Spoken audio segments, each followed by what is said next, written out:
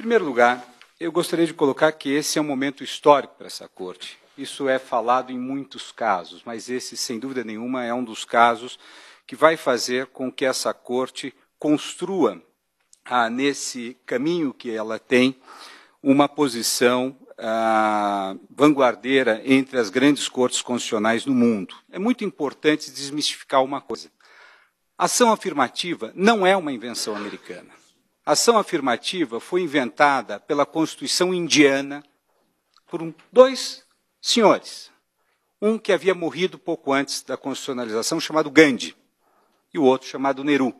Foram eles que colocaram na Constituição indiana a necessidade de que o Estado tomasse medidas claras para reverter um processo secular de estratificação dos mais perversos que existem na humanidade.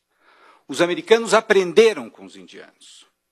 Os sul-africanos aprenderam com os indianos. Os brasileiros estamos aprendendo com os indianos. Os húngaros estão aprendendo com os indianos. Então, isso não é uma invenção americana. Isto é algo que nós sentimos necessidade se quisermos mudar a nossa sociedade. Ministro, dado que nós temos um grupo muito grande de pessoas que irão focar distintos pontos, inclusive ontem, magnificamente expostos, tanto pelo IPEA quanto pelo MEC, eu gostaria de chamar a atenção apenas para uma questão, que me parece a questão que é o principal divisor de águas. Afinal, a inclusão do critério raça em processos de seleção para o ensino universitário, por intermédio de ações afirmativas, não necessariamente cotas, de ações afirmativas, viola a Constituição ou não? O senhor me permite, é sobre isso que eu gostaria de falar. A minha resposta é evidentemente negativa. Não só os programas de ação afirmativa, que incluem raça, não apenas raça, incluem pobreza, incluem origem escolar, incluem outras coisas, mas que incluem raça. Esses programas não só não são incompatíveis com o princípio formal da igualdade, como eles são uma exigência constitucional para a realização de uma série de princípios e políticas e objetivos constantes de diversos artigos da Constituição. É sobre isso que eu gostaria de tomar a atenção de Vossas Excelências.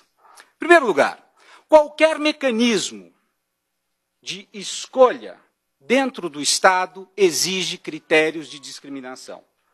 Se nós pegarmos o vestibular, ele tem critérios. Saber, acúmulo de saber. Portanto, se a prova de inglês de uma universidade como a que eu partilhei com o ministro Lewandowski, Universidade de São Paulo, exige um determinado índice, esse é o critério de exclusão. Quem adquiriu esse índice de inglês, entra. Quem não adquiriu, sai. É evidente, todos nós sabemos, que isto leva a uma enorme e desproporcional exclusão de determinados grupos dentro da nossa sociedade. Eu não vejo exemplo mais cabal do que o seguinte. Martin Luther King, que é reconhecido como um dos maiores oradores do século XX, foi excluído, repetiu, no exame do vestibular da Universidade de Boston, adivinhem o quê? Expressão oral.